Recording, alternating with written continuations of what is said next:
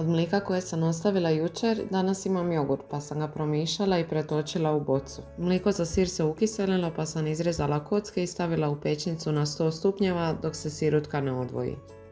Možete pobrati vrhnje s vrha, ali ja ga uglavnom ostavim.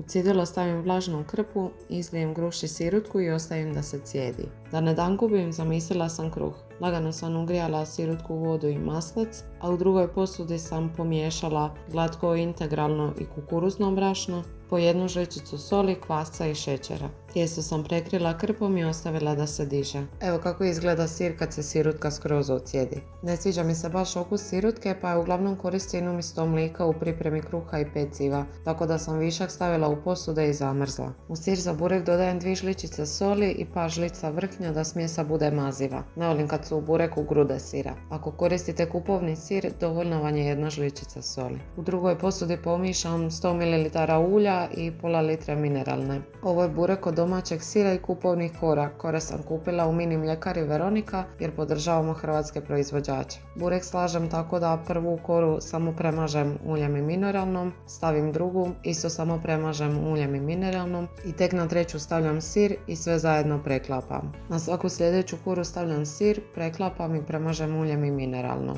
Na kraju burek dobro izbockam vilicom, prelijem ostatkom mješavine ulja i mineralne i stavim peći na 200 stupnjeva 40 minuta. I vjerujte mi, bolje je od iti jednog bureka iz pekare kojeg ćete probati. Kruh je dotad narastao pa sam ga premisila i oblikovala i ostavila da se diže još nekih 30-40 minuta pa pekla na 200 stupnjeva 40 minuta. Ovaj kruh se da jako tanko rizat pa je savršen za tople sendviče. Narizano ga spremim u škrinju da imamo kad se sljedeći put zaželimo sendviča. I to je to za danas. Pišite mi hoćete li probati napraviti burek sami i vidimo se u sljedećem videu.